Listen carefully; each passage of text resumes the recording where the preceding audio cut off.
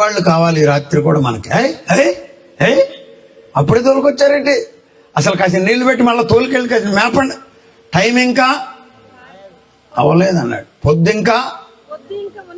ఇంకా ఉన్నది కదా. పొద్దు ఇంకా ఉన్నది కదా అంటే వాళ్ళు ఏమంటున్నారు?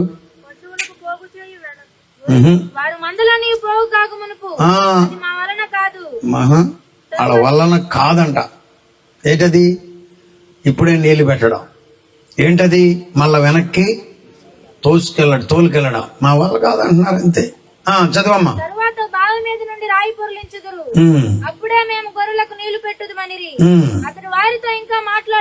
ఏం మాట్లాడుతున్నాడు నాకు కూడా తెలియదు. అతడు ఇంకా వారితో మాట్లాడుచుంటుండగా రాహేలు తన తండ్రి గొర్రెల మందను తోడుకొని, ఒకసారి గట్టి కొట్టండి చప్పట్లు. నిద్రపోయే వాళ్ళు ఇంకొంచెం గట్టి కొట్టండి. హల్లెలూయా. 10 మంది చిట్టని ముగిచ్చేశారు.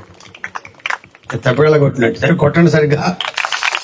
హల్లెలూయా హల్లెలూయా హల్లెలూయా హల్లెలూయా హల్లెలూయా హల్లెలూయా హల్లెలూయా.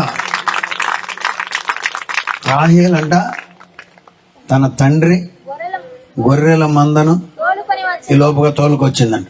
స్తోత్రం. అంటే ఇంకా నా ఊరికి మగపిల్లలు ఉన్నారా లేరా? లాభాన్ ఉన్నాడుగా. కాదండి, లాభానికి మగపిల్లలు ఉన్నారుగా. వాళ్ళందరూ ఉన్నా కానీ ఎవరు తోలుకొచ్చింది? ఆడపిల్ల. ఏం తోలుకొచ్చింది? గొర్రెల మనం తోలుకెళ్ళొచ్చమ్మా మనం. ఆడపిల్లలు ఊరుకో, నువ్వు కూర్చో, నీ వల్ల కాదంటున్నారండి ఈ మధ్య కొంతమంది. ఎక్కడైనా ఒక పాట పాడొచ్చు కానీ సిస్టర్ గారు మీరు ఎక్కువ మందులు మేపకూడదు, నువ్వు కాపరిగా ఉండడానికి లేదన్నాడంట ఒకడు సబ్మోహుడు. ఆడు బైబిల్ చదివితే కాపరిగా ఉండొచ్చో ఉండకూడదో ఆడపిల్ల కనబడుతుంది. బైబిల్లో ఇదిగో ఎంతలోనే వచ్చేసింది అని రాయబడింది. స్తోత్రం. హల్లెలూయా. షోలమిత్ కూడా అంటది కదా, నేను మందను మేపి నల్లబడిపోయానని. ఎంతగా మేపిందంట? అంతేనండి.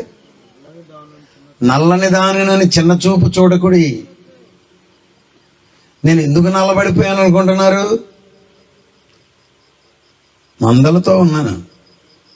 దేవునికి స్తోత్రం. ఆడపిల్లలు కాపరులుగా ఉండొచ్చా? అమ్మగారులు చెప్పండి. ఉంది ఇక్కడ. ఎవరామె? రాహేలమ్మ గారు. దేవునికి స్తోత్రం. ఈ లోపుగా తోలుకొచ్చిందంట. చదవండి. అతడు వారితో ఇంకా మాట్లాడుచుండగా రాహేలు తన తండ్రి గొర్రెల మందను తోలుకొని వచ్చెను. ఆమె వాటిని, అక్కడ దొరికింది పాయింట్ అయ్యారు. ఆమె వాటిని ఏం చేస్తుంది? మీరు కూడా మందను మేపాలి. స్తోత్రం. అనుకున్న సిస్టర్స్, ముందున్న సిస్టర్స్, పాస్టర్ అమ్మ గారు మందను ఏం చేయొచ్చు చెప్పండి? వాక్యాహారము చేత మందను మేపాలి. అనగా వాక్యాన్ని మీరు గట్టిగా బోధించాలి. దేవునికి స్తోత్రం. ఆమేన్. మందను మేపునది యాకోబు తన తల్లి సహోదరుడైన లాబాను కుమార్తెను రాహేలును తన తల్లి సహోదరుడైన లాబాను గొర్రెలను చూచినప్పుడు దగ్గరకు వెళ్ళి బావి మీద నుండి రాతిని పొర్లించి అబ్బా అడిగిందా? అడక్కముందే రంగంలో దిగి సహాయం చేస్తున్నాడు. ఎందుకనంట? మా మేనమామే కదా, మావే కదా, మా అమ్మ తరపువే కదా, మా తాతయ్య గొర్రెలే కదా, మేమంతా ఒకటే కదా. దేవునికి స్తోత్రం. ఒక మంచి వాక్యం మీకు చూపిస్తాను. పాస్టర్ గారు కూడా ఉన్నారు కాబట్టి మీరు చూడండి. ఆదికాండం 27వ అధ్యాయంలోనికి రండి. చదువుతావా మోషే? నీకేమైనా అర్థమైతే నేను చెప్పే మాట చదువుతావా? 27 కాదు, ఆదికాండం. హల్లెలూయా హల్లెలూయా స్తోత్రం. మొన్న కాజులో చదివాం కదా, 37 అనుకుంటా.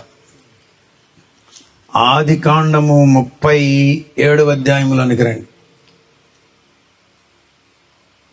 37వ అధ్యాయంలోనికి రండి. 37వ అధ్యాయంలోనికి రండి. హల్లెలూయా, ఆమేన్. నాన్న ఆన్లైన్ పనిచేస్తుందారా ఎరా? పర్లేదు. సహోదరులు షెకెములో తమ తండ్రి మందను మేపుటకు వెళ్ళిరి. ఆగండి. అదే కాకుండా 2వ వచనం చదవండి. యాకోబు వంశావళి ఇది. యోసేపు 17 ఏండ్ల వాడై. ఎంత బాగుంది అది. అందరు నాతో చెప్పండి.